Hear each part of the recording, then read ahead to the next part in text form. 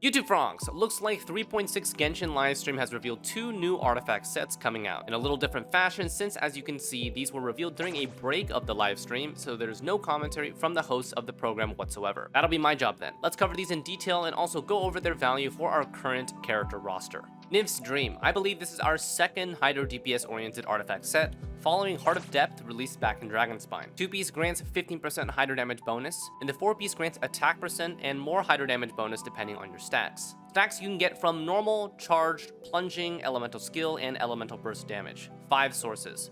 Depending on your stack amount, up to 3, active character receives the following buffs. Attack plus 7, 16 to 25%. Hydro damage plus 4, 9 to 15%. So the total gain from a capped 3-stack Nims Dream is 40% in stats, 25 to attack, and 15% to Hydro. Combined with a 2-piece, you have 25% attack and 30% Hydro damage bonus total buffs. A reminder of the 4-piece Heart of Depth stats, you get 15% Hydro damage and 30% normal charge for 15 seconds after using your elemental skill. So the differences between the Nims Dream versus the Heart of Depth set. First, the pros. More universal buffing.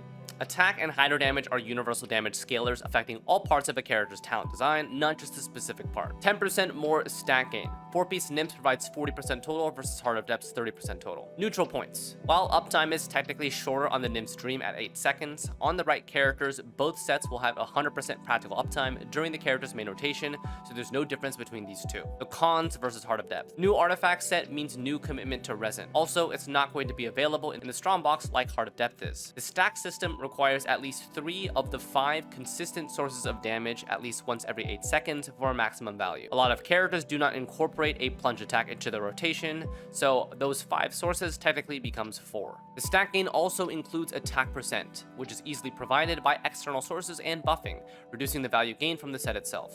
I would say that these pros and cons are relatively expected, and that the stack gain from Nims Dream will be a low incentive to refarm the new set. The characters affected by this new set introduction include Tartag, who is probably the strongest candidate as he makes the most value out of it.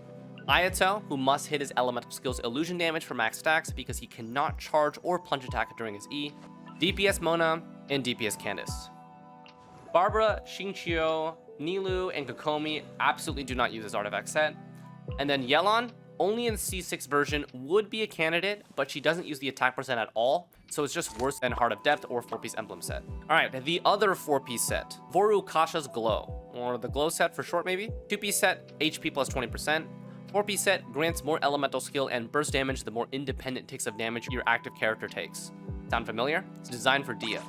But is it strong enough to refarm for Dia over the 4-piece Emblem set? Let's calculate. 10% skill and burst damage base. Let's call this X. Sorry for those of you who hate math, I'm going to give you PTSD here. A stack increases X by 80% for 5 seconds. So 1 plus 0.8 times X, where 1 is the base value. Up to 5 stacks means that increases X by 400% for 5 seconds, or 1 plus 4 times X. So the max stacks is 50% skill and burst damage, where each individual stack looks like this: 10, 18, 26, 34, 42, and 50%. So the total 4-piece set gains are 20% HP and 50% skill and burst damage. And the only character who can reliably use almost 100% of this artifact's potential is Dia. As it currently stands, I don't think a single other character in our roster can effectively use this besides Dia. While we do have other characters who do scale from HP percent, they do not take damage as quickly as Dia can by her passive to utilize the 4-piece set passive. So when taking a look at it, this set matches the power potential of 4-piece Emblem set at 200% recharge, because 200% recharge on 4-piece Emblem grants you 50% burst damage bonus. So the overall differences between this and the 4-piece Emblem: pros, it's more offensive. 2-piece 20% HP is more offensive and can nearly guarantee 50% burst damage bonus without requiring the 200% recharge threshold that Emblem would. Cons: new artifact set, so you have to commit to the full 4-piece for value. Has no built-in recharge, potentially griefing your Dia's burst uptime so she can't even do damage when she wants to. Requires a 5-stack ramp uptime, which on paper does not seem like a problem, but it can pose a problem if you're not taking damage when your rotation is ready. For example, you're dodging, or your Dia already took the damage. 4-piece Emblem not requiring any additional gameplay mechanic makes it much more universal to use, and you never have to think about it when you switch onto the character. So what are we thinking about this 4-piece set? In my opinion, it's not looking strong enough to change how we currently build Dia. Emblem is honestly way too universal of an artifact set and causes other sets to just not be worth it to spend your resin on. However, as the second HP oriented artifact set, it is now possible to run a 2-piece double HP combo for 40% HP useful for those characters who love to stack that stat without requiring a need to buff other characters like 4-piece Tenacity would. So with this breakdown, I think it's evident that most of you probably won't see too much value from these artifact sets.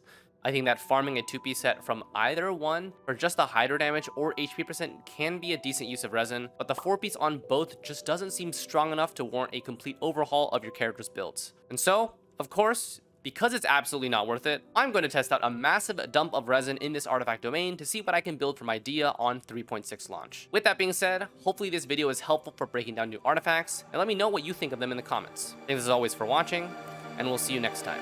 Take care.